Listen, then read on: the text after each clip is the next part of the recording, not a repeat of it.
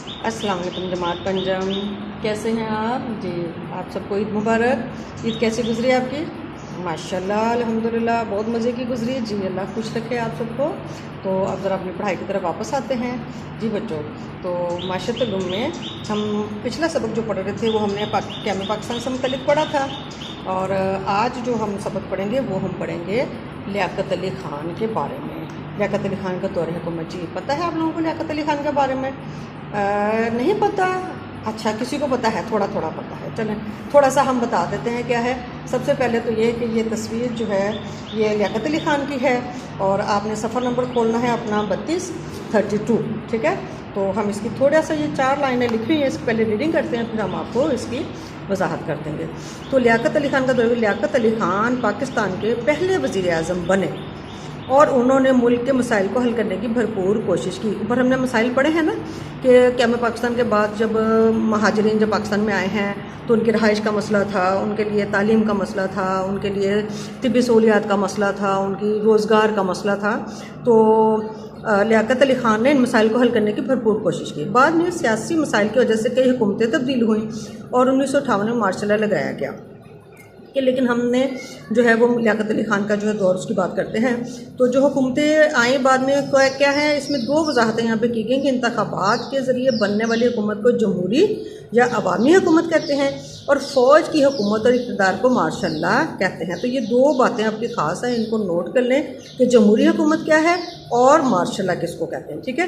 तो अब हम आपको बताते हैं कि लियाकत अली ख़ान जो हैं हमारे बहुत सारे सियासी रहनुमाओं की तरह से जो हैं, जैसे कायद आज़म थे, ठीक है, इसी तरह अल्लामा इक़बाल थे, इसी तरह लियाकत अली ख़ान जो हैं वो भी ऑल इंडिया मुस्लिम लीग के एक ख़ास रुकन थे। और उस ज़माने में भी जो है ऑल इंडिया, जब वो ऑल इंडिया मुस्लिम लीग थी पाकिस्तान बनने से पहले, तो लियाकत अली ख़ान उसमें वज़ीर ख़जाना के जो है मतलब पार्टी के जो ख़जाना का जो ना शोबा उनके हाथ में था, उसकी वो निगरानी करते थे। फिर जब पाकिस्तान बन गया तो पाकिस्तान में जो है इनको जो है, क्योंकि बहुत कायद आज़म जो हैं वो गवर्नर जनरल बने थे और लियाकत अली ख़ान की खदमात जो हैं वो बहुत ज़्यादा थी ऑल इंडिया मुस्लिम लीग के लिए। तो लियाकत अली ख़ान को वज़ीर आज़म बनाया गया। तो हम कहते हैं कि लियाकत अली ख़ान पाकिस्तान के पहले वज़ीर आज़म थे। पाकिस्तान के पहले वज़ीर आज़म कौन थे? लियाकत अली ख़ान थे। पाकिस्तान के पहले वज़ीर आज़म कौन थे? लियाकत अली ख़ान थे। और लियाकत अली ख़ान ने वज़ीर आज़म बनने के बाद बहुत से मसाइल को हल करने की कोशिश की। अच्छा, तो क्या हुआ लियाकत अली ख़ान के साथ? लियाकत अली ख़ान बच्चों 1951 में रावलपिंडी में जो है वो एक जलसे से ख़ताब कर रहे थे, उसी मैदान में जहाँ पे बेनज़ीर को कत्ल किया गया। तो वहाँ पे जो है ख़ताब कर रहे थे। उस ख़ताब के दौरान जो है, उनकी तकरीर के दौरान जो है किसी ने